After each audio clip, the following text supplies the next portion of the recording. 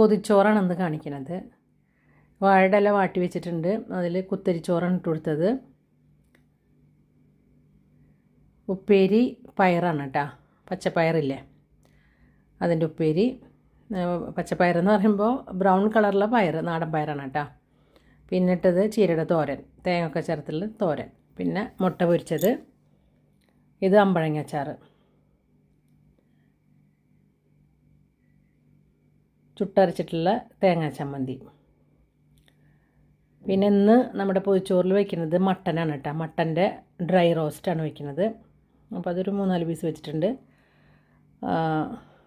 അപ്പം മട്ടൻ്റെ പൊതിച്ചോറാണ് ഇന്ന്. പൊതി കെട്ടിയതിന് ശേഷം കുറച്ച് നേരം വെക്കണമല്ലോ, അപ്പോൾ അതിന് വേണ്ടിയിട്ട് പൊതിഞ്ഞിട്ട് കുറച്ച് നേരം വെക്കുന്നുണ്ട്. അത് കഴിഞ്ഞിട്ട് ഒരു 10-15 ഒരു മണിക്കൂർ മിനിമം വയ്ക്കുകയെന്ന് പറയുക. എന്നാലാണ് അതിൻ്റെ മണമൊക്കെ നന്നായിട്ട്, വാഴയുടെ ഇലയിലെ മണമൊക്കെ നന്നായിട്ട് ചോറിൽ ഇറങ്ങുമെന്ന് പറയും. നല്ല ടേസ്റ്റാണ്. അപ്പോൾ പൊതിച്ചോറ് തുറക്കാൻ പോകും കേട്ടോ.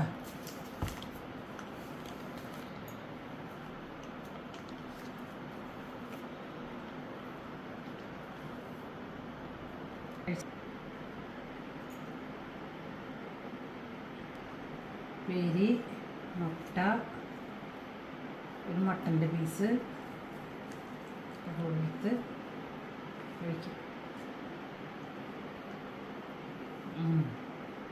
സൂപ്പർ ടേസ്റ്റ് കേട്ടോ, അടിപൊളി ടേസ്റ്റാണ്.